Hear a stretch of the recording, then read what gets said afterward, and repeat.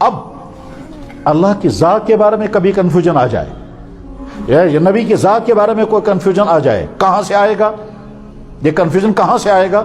تو جواب یہ کبھی اندر سے ابھرے گا، کبھی باہر سے آئے گا۔ یہ باہر کہاں سے آئے گا؟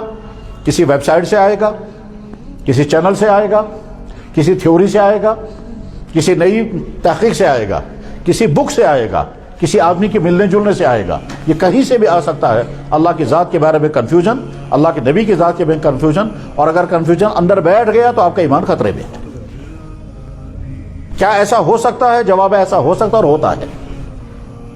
قرآن کریم میں اللہ تعالیٰ شاہ نے انسانوں کو بھی گمراہ کرنے والا قرار دیا۔ ومن اضل، اس سے بڑا گمراہ کون ہے؟ جس کو اس کی تھیوریوں نے گمراہ کر دیا۔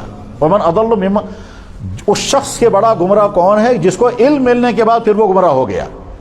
یعنی وہ شخص جو بہت پڑھا لکھا اور اتھیسٹ ہو گیا، وہ شخص جو بہت پڑھا لکھا اور ایگناسٹک ہو گیا، وہ شخص جو بہت پڑھا لکھا اور بہت بدکردار بن گیا، اور اپنی ڈگری کے گمان میں وہ سمجھ نہیں پا رہا ہے کہ میں بگڑ چکا ہوں، میں برباد ہو چکا ہوں۔ اس انسان کو خیال رہتا ہے میں تو اتنی ڈگری والا ہوں، میں تو اتنا پڑھا لکھا ہوں، میں تو سکالر ہوں، میں تو فلاسفر ہوں، میں تو سائنٹسٹ ہوں۔ یہ ساری چیزیں انسان کو کہاں پہنچاتی ہیں؟ انکار خدا تک پہنچا دیتی ہیں، اور اس کے ساتھ جب اٹھیں گے بیٹھیں گے ستویرا سنیں گے تو آپ کے ایمان کو خطرہ ہے۔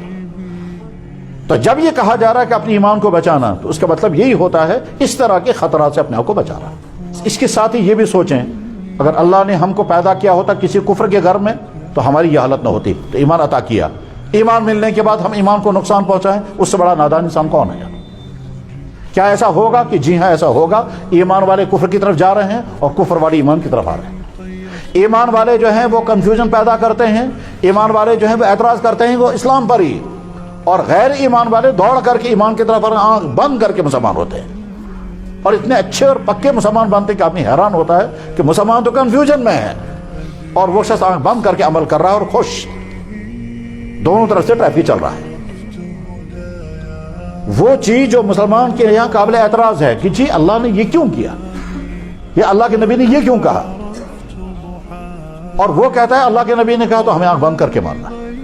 بالکل اس کا فیت ایسے ہی جیسے ڈاکٹر کے سامنے، جیسے وکیل کے سامنے انسان ہوتا ہے کہ جناب جو میں کہوں گا آپ کو ماننا ہوگا، کیوں کس فیل کا، تو ان کا حال یہی ہے۔